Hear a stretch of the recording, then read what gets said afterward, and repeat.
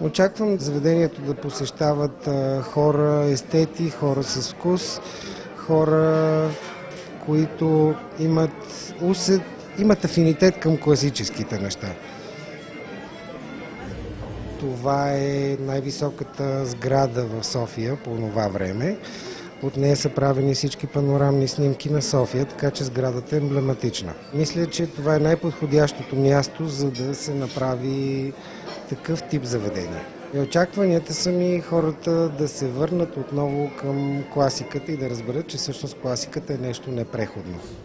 И всички, които видяха това, зароптаха и казаха: „Опи се прегрешен човек, Хезекейта стана и рече Господу: ето половината от имото си Господи дава на сирома си, ако от някакво нещо съм взел несправедливо, ще отплатя четворно.“ Тогава Исус рече за него: „Отнеста на спасение на този дом и благослови и достояние Твое.“